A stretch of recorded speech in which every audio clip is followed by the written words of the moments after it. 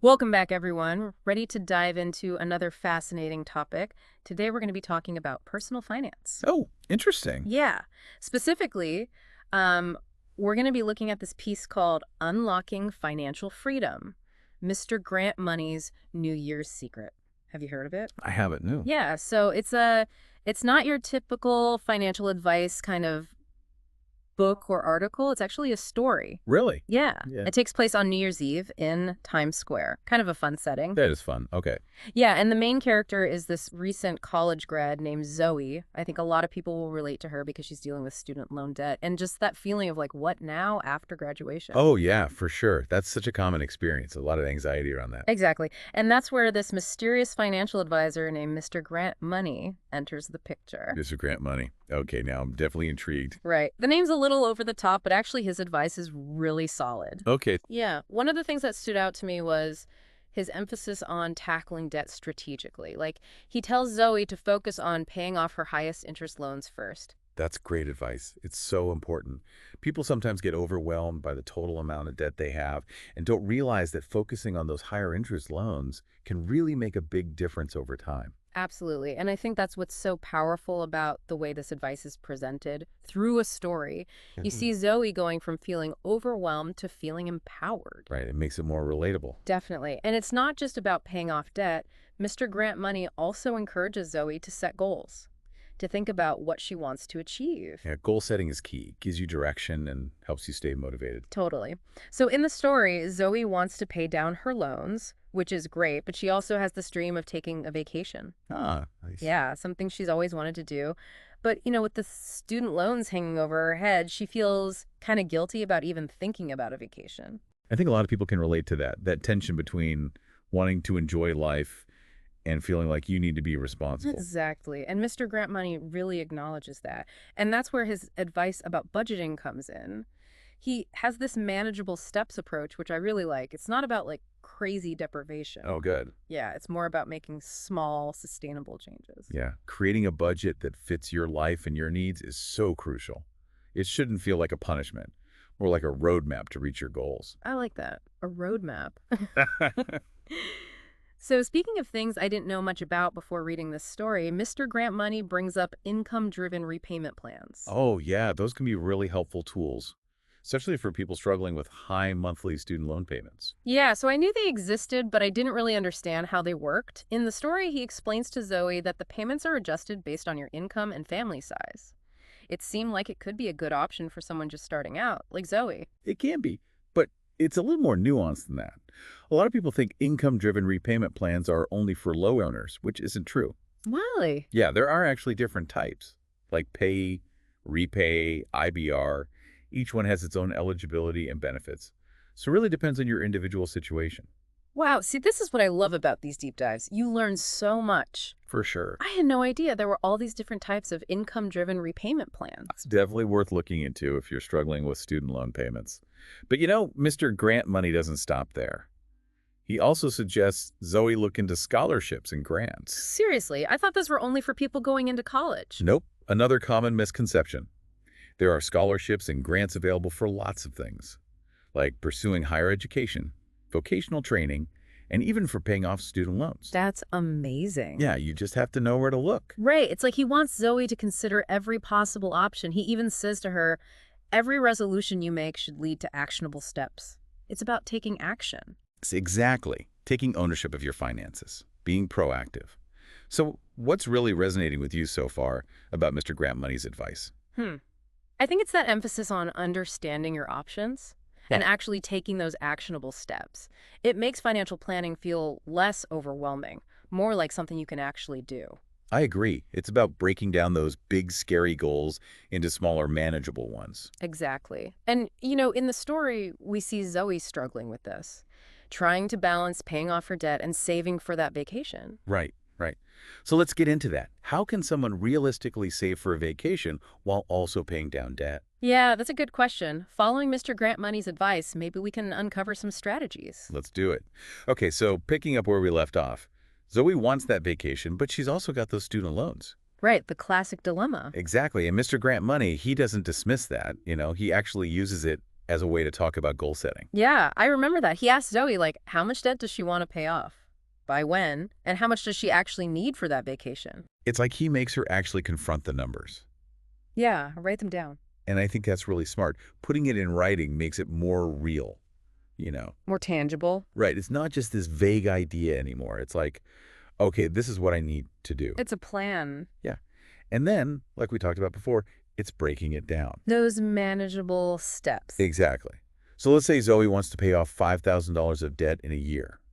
Sounds kind of scary, right? Yeah, a big number. But if you break it down, it's about $417 a month. Okay, that feels more doable. It shifts your perspective. Instead of being overwhelmed by the total amount, you're like, okay, what can I do today to reach my goal? It's a mindset shift. For sure.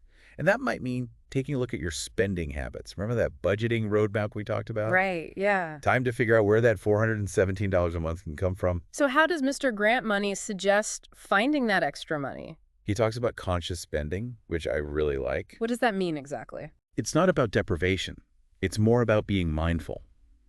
Really paying attention to where your money's going. Like an audit of your spending. Yeah. He suggests tracking everything for a month. Every little thing.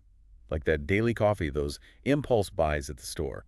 I think I'd be scared to see the results, honestly. It can be eye-opening, but it's also empowering because then you can make changes. So you identify the areas where you can cut back. Exactly. A lot of times it's those small recurring expenses that add up without us even realizing it. Oh, for sure. Like those subscriptions you forget to cancel. Oh yeah, the classic subscription trap. That's me all over. But, Mr. Grant Money isn't just about cutting back. He also talks about increasing income. Oh, right, right. Thinking outside the box. Yeah, like the gig economy.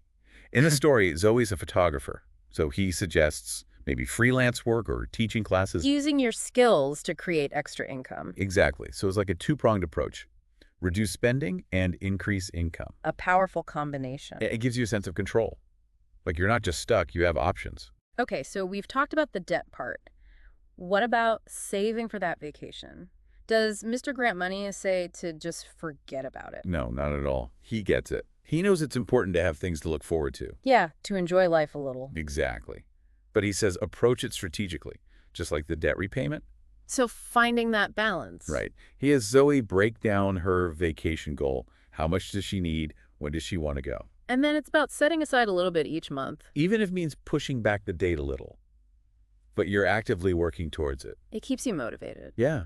He even suggests some fun little challenges like no spend weekends or a jar for loose change. Oh, I like those ideas. They make it more fun, right? Definitely. Okay, so we've covered budgeting, finding extra money. What about reducing the actual amount of debt? Well, remember those income-driven repayment plans? He tells Zoe to look into those because they could potentially lower her monthly payments. Right, freeing up some cash flow. Yeah. And he also mentions those scholarships and grants again, even though she's graduated. Yeah, where does he suggest looking for those? He mentions some online databases like Scholly and Scholarship America, Unigo. Okay, I'm writing these down. He also says to think outside the box. Maybe scholarships related to her field of study or hobbies? Interesting. So many people assume they won't qualify for scholarships, but there really are a lot out there. Yeah, it's worth the effort to research. Every little bit helps, right? Absolutely. And it all comes back to taking those small, consistent steps. Slow and steady wins the race. Speaking of, what do you think about negotiating lower interest rates? Wait, you can do that. Sometimes, yeah. It's worth asking your lenders about options for lowering your rates. You never know. So it's like with anything else, if you don't ask, you don't get. Exactly. And in Zoe's case, she had good credit. She'd been paying consistently. So that helps when you're negotiating. It seems like Zoe ends up with a whole arsenal of tools and strategies. She does. And Mr. Grant Money makes it clear. There's no one-size-fits-all solution. It's about finding what works for you. Your individual situation. Right. Your goals, your circumstances, Taking control, making informed decisions. and most importantly, believing that you can do it. I love how optimistic this whole story feels. It's not about feeling stuck or guilty. It's about finding balance and taking those steps, however small, towards a better financial future. It's about enjoying the journey, knowing that financial freedom is something we create for ourselves. It's really striking how much Zoe's story kind of mirrors what so many people go through. Like Yeah. that feeling of wanting to be responsible, with money, but still wanting to enjoy It's life. such a common thing. Yeah. Wanting that security, but also wanting to have fun Right. and pursue your dreams. Right. And Mr. Grant Money really gets that. He's not saying you have to live like a monk until all your debt is gone. Exactly. It's more about those conscious choices, Yeah. finding that balance and being consistent, even with small steps. It's a marathon, not a sprint, right? Exactly. It's about building those habits for the long term. What's interesting to me is how much of this goes beyond just money. Oh, absolutely. Like that whole idea of setting goals, breaking them down, taking action, that applies to so many things in life. It's a mindset. Yeah, a growth mindset, believing you can achieve those goals. And knowing that there will be challenges along the way, but you can overcome them. You have the power. Right. So, speaking of resources, Yeah. have you come across any tools or strategies that you found helpful in your own financial journey? Let me think. Besides Mr. Grant Money, of course. Besides Mr. Grant Money, of course. Well, there's this book I've been meaning to read. It's called Your Money or Your Life. Have you heard of it? Oh, yeah, that's a classic. It really makes you rethink your relationship with money. That's what I've heard. Definitely need to check it out. Yeah, it's great. And there's also this website and podcast called The Financial Diet. I find it super helpful. What kind of stuff do they talk about? A bit of everything, really. Budgeting, investing, career stuff, even mindful spending. Sounds comprehensive. Yeah, they do a good job of covering the bases. And I like their philosophy. Yeah. It's not about being rich. It's about living a good life within your means. Yeah, making it work for you. Right. Right. Finding that contentment, aligning your spending with your values. I think that's what I'm taking away from all of this. Yeah. It's not just about the practical stuff, it's about the bigger picture. Totally. Like our mindset around money, the kind of life we want to live. Absolutely. And Zoe's story with Mr. Grant Money, it really captures that. Yeah, it's more than just a how-to guide. It's about self-discovery, empowerment. It's inspiring. It is. It's like a reminder that financial freedom, it's not just about the money.